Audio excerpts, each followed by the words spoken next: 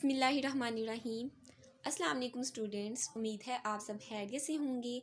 आज हम chapter number 4 का नेक्स्ट टॉपिक स्टार्ट करेंगे। आज का हमारा टॉपिक है टॉर्क और movement of a force. Basically ये टॉपिक हमारी डेली लाइफ से भी रिलेट करता है, यानी हम डेली लाइफ में जो भी काम करते हैं उसमें हमारे पास टॉर्क किस तरीके से प्रोड्यूस हो रहा होता है। आज हम लेक्चर में वही डिस्कस करेंगे। सबसे पहले हम इसके पढ़ने से पहले हम सबसे पहले रिजिड बॉडी के बारे में पढ़ेंगे कि रिजिड बॉडी होती क्या है।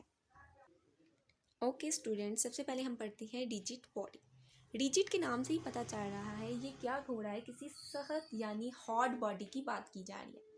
रिजिड बॉडी बेसिकली क्या होता है इसको हम समझते हैं। सपोज करते हैं, हम एक एग्जाम्पल देखते हैं। हम देखते हैं कि हमारे पास क्या है, ये हमारे पास एक ब्रिक है। ठीक हो गया, ये हमारे पास एक ब्रिक है। अब ये जो ब्रिक होती है इसमें क्या मौजूद होते हैं, इसमें हमारे पास छोटे छोटे पार्टिकल्स मौजूद होते हैं। ठीक है, छोटे छोटे हमारे पास क्या होते हैं, पार्टिकल्स मौजूद होते हैं। और ये पार्टिकल्स क्या करते हैं, एक दूसरे के साथ स्ट्रॉन्गली अटैच होते हैं। रिजिड बॉडी क्या होती है, रिजिड बॉडी जो होती है वो बनी होती है made up of small particles. Small particles से मिलकर बनी होती है, लेकिन इनकी क्वांटिटीज़ क्या होती है, ज़्यादा होती है। ज़्यादा क्वांटिटीज़ होती है तो ये आपस में एक दूसरे के साथ जुड़े हुए होते हैं। ठीक है, अब इसमें क्या होता है कि जैसे ही हम इस पर कोई फोर्स अप्लाई करते हैं, सपोज करें कि मैं यहाँ पर इस पर एक फोर्स अप्लाई किया मैंने, ठीक हो गया। जैसे ही मैं इस पर फोर्स अप्लाई करती हूँ तो जो इसके पार्टिकल्स होते हैं ना, वो क्या करते हैं, एक जगह से दूसरी जगह मूव नहीं करते। पार्टिकल्स की पोजीशन चेंज नहीं होती, पार्टिकल्स वैसे के वैसे ही रहते हैं। ठीक है, पार्टिकल्स क्या करते हैं, अपनी पोजीशन को चेंज नहीं करते। तो हम यहाँ पे क्या देते हैं, do not change their position by applying force. ठीक हो गया। रिजिड बॉडी क्या होती है, रिजिड बॉडी जो होती है वो made up of small particles, यानी स्मॉल पार्टिकल्स से मिलकर बनी होती है। जैसे हमने बात की, एक ब्रिक की बात की। ब्रिक के अंदर क्या होती हैं, पार्टिकल्स होते हैं जो एक दूसरे के साथ इतने स्ट्रांगली अटैच होते हैं कि वो उसको मूव करने नहीं देते। ठीक हो गया। जैसे ही हम इस पर कोई भी फोर्स अप्लाई करते हैं तो ये टूट तो जाती है, ईंट फोर्स अप्लाई करने से ईंट तो टूट जाती है, लेकिन इनके जो पार्टिकल्स की जो पोजीशन होती है ना, वो डिस्टर्ब नहीं होती, वो वैसे की वैसी ही रहती है। याद रखिए, ऐसी कोई भी बॉडी जिस पे हम फोर्स अप्लाई करें और उसके पार्टिकल्स के दरमियान में जो पोजीशन है वो चेंज नहीं होती, वो हमारे पास क्या होती है, वो हमारे पास होती है रिजिड बॉडी। ओके स्टूडेंट, अब हम बात करते हैं एक्सिस ऑफ रोटेशन की। ठीक है, एक्सिस ऑफ रोटेशन हमारे पास क्या होता है। रोटेशन से आपको पता चल रहा है कि बॉडी क्या करती है, रोटेट करती है। ठीक है, अपने एक्सिस के अलॉन्ग वो क्या करती है, मूव करती है। एक्सिस ऑफ रोटेशन से पता चल रहा है, रोटेशन का मतलब होता है रोटेट करना, एक्सिस का मतलब होता है ऐसे पॉइंट जहाँ पर एक ही बॉडी जो है वो मूव कर रही हो। ठीक, वो यानी अपने ही एक्सिस पर मूव कर रही हो, उसे हम कहते हैं एक्सिस ऑफ रोटेशन। सबसे पहले हम इसकी डेफिनेशन देखते हैं। इसमें कहा क्या हुआ है, the particles of a body move in circle with their centre all lying on this line. उन्होंने क्या कहा है कि जब किसी भी बॉडी जो मूव कर रही हो सर्कल में, उसके तमाम पार्टिकल्स हो वो क्या करें, एक ही पॉइंट पर लाई करें, तो उसे हम कहते हैं एक्सिस ऑफ रोटेशन। इसकी हम एग्जांपल देख लेते हैं, एग्जांपल्स भी देख लेते हैं। सपोज कर लें ये हमारे पास एक शार्पनर है। ठीक है, थोड़ा सा मैं आपको बना देती हूँ। ये हमारे पास क्या है, एक शार्पनर है, शार्पनर। ठीक है, अब यहाँ पर आपके पास समझे, आपने यहाँ पर रखी है एक, ये हमारे पास सपोज कर लें आप एक पेंसिल है। ठीक है, पेंसिल है। अब देखिए, जब आप पेंसिल को शॉर्प करती हैं तो ये क्या करता है, एक ही एक्सिस के ऊपर रोटेट करी जाता है। जैसे सपोज करते हैं, मैं आपको इस तरह भी बता देती हूँ कि ये हमारे पास देखिए, ये हमारे पास शॉर्पनर है और ये हमारे पास क्या है, पेंसिल।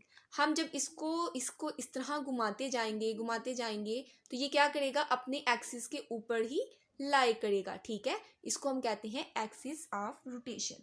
इसके अलावा हम इसकी एग्जांपल ये भी देख सकते हैं कि जब आप लोग डोर नॉब को, ठीक है, डोर नॉब को घुमाती हैं। दरवाजे को खोलने के लिए आप जब डोर नॉब को ओपन करते हैं या बंद करते हैं तो आप देख रहे होते हैं कि वो क्या करता है कि सारे का सारा सेंटर में घूमता है और वो एक ही पॉइंट पर क्या करता है, लाई करता है।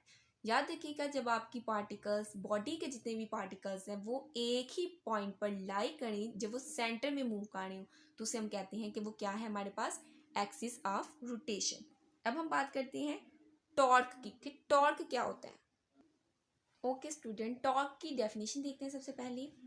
The turning effect of a force is called torque. Torque क्या होता है कि जब भी कोई फोर्स यानी कोई भी बॉडी जब टर्न होती है, उस पर जो फोर्स लग रही होती है वो हमारे पास क्या होती है, वो हमारे पास टॉर्क होती है। अब सपोज करते हैं, अब एक एग्जांपल देख लेते हैं, हम कोशिश कर लेते हैं बनाने की, अगर बन गई तो। हमारे पास एक टैब है, ठीक है, आप लोगों ने देखी होगी, घरों में लगी होती है टैब। टैब में से जब हमारे पास, ये समझिए हमारे पास एक क्या है,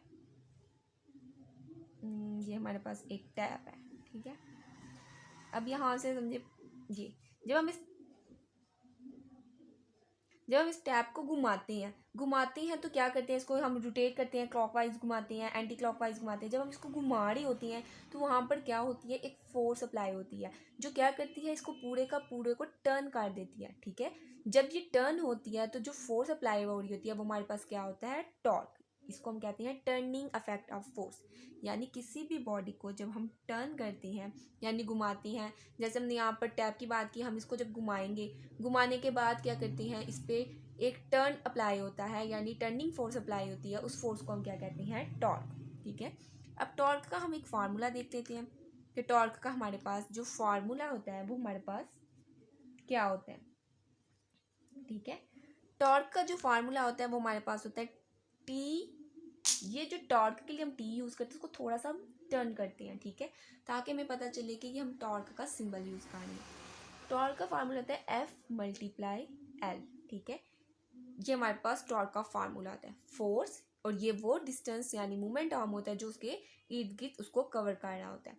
इसका यूनिट भी निकालना सीख लेते हैं। फोर्स का यूनिट हमारे पास क्या होता है, न्यूटन, और इसका लेंथ का हमारे पास यूनिट क्या होता है, मीटर। तो हमारे पास जो टॉर्क का यूनिट होता है वो हमारे पास क्या होता है, न्यूटन मीटर। ये हमारे पास टॉर्क का यूनिट होता है।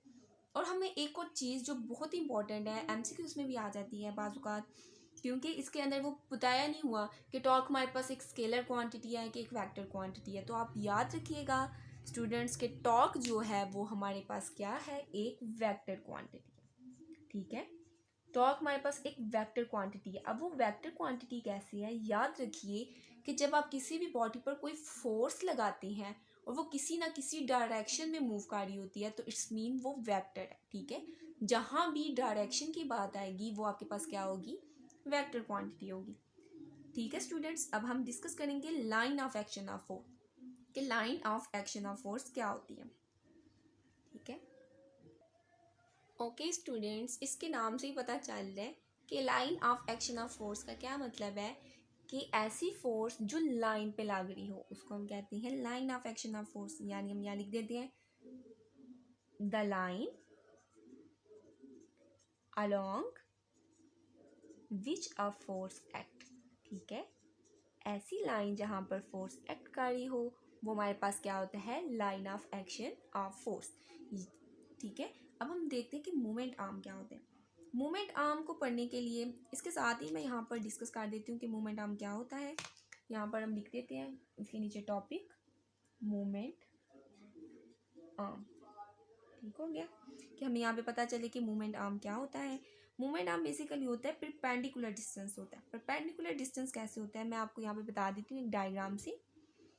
ये देखें, यहाँ पर हमारे पास एक जो लाइन होती है वो हमारे पास होती है एक्सिस ऑफ रोटेशन की, एक्सिस ऑफ रोटेशन की, ठीक हो गया। यहाँ हमारे पास एक लाइन जो होती है वो हमारे पास होती है line of action of force, ठीक हो गया। ये मूवमेंट आपको समझाने के लिए मैं डायग्राम बना रही हूँ, ठीक है।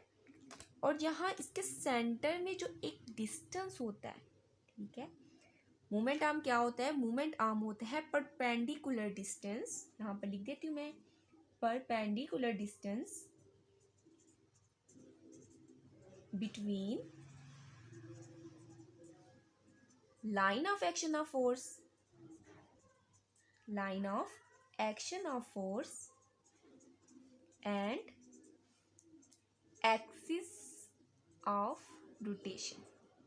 अब देखिए, अब इसको समझते हैं, ये बहुत आसान है टॉपिक, इसको समझ लेते हैं। अब देखिए यहाँ से बानी ये डायग्राम बनाएंगे, अब आपको आसानी हो जाएगी इसको समझने के लिए। अब इसमें उन्होंने कहा क्या है, ये देखिए ये परपेंडिकुलर डिस्टेंस है दोनों के दरमियान में, ठीक हो गया। अगर हम यहाँ से देखें तो ये एक्सिस ऑफ रोटेशन के दरमियान भी 90 डिग्री का एंगल बना रहा है, इस साइड पे भी देखें तो 90 डिग्री का एंगल बना रहा है, ठीक है। यानी दोनों साइड से क्या कर रहा है, परपेंडिकुलर डिस्टेंस है, दोनों साइड के दरमियान में जो लग रहा होता है वो आपके पास क्या होता है, वो होता है मोमेंट आर्म। तो ये मोमेंट आर्म क्या हुआ, मोमेंट आर्म हुआ perpendicular distance between axis of rotation and line of action of force. Line of action of force और एक्सिस ऑफ रोटेशन के दरमियान में जो होता है वो आपके पास होता है मोमेंट आर्म। याद रखिए कि जो मोमेंट आर्म है उसको हम रिप्रेजेंट करते हैं एल से। मोमेंट आर्म को हम यहाँ पे लिख देते हैं, मोमेंट आर्म को हम किससे रिप्रेजेंट करते हैं, moment arm is represented by L, और ये कैपिटल एल होता है। हमने जैसे पीछे वाले टॉपिक में टॉर्क में हमने देखा था कि उसमें हमारे पास जो हमने देखा था वो हमारे पास फार्मूला था torque is equal to F multiply L. तो मैंने कहा था ना ये एक फोर्स लगाती है जो टर्न होती है, ठीक है। टर्निंग जो फोर्स लगाती है वो किस पे लगाती है, मोमेंट आर्म पे, ठीक हो गया। इसलिए हमने यहाँ पर एफ मल्टीप्लाई एल लिखा है। अब यहाँ पर भी उन्होंने यही बताया कि फोर्स का यूनिट क्या होता है, न्यूटन होता है, और लेंथ का यूनिट क्या होता है, मीटर होता है। तो टॉर्क का जो बेसिकली यूनिट होगा वो आपके पास क्या बन जाएगा, न्यूटन मीटर बन जाएगा। अब हम इसको इस तरीके से भी डिफाइन कर सकते हैं कि अगर हम किसी भी बॉडी पर 1 न्यूटन फोर्स लगाते हैं तो वो 1 मीटर डिस्टेंस कवर करती है, तो वो हमारे पास किसके इक्वल होती है, वो हमारे पास टॉर्क के इक्वल होती है।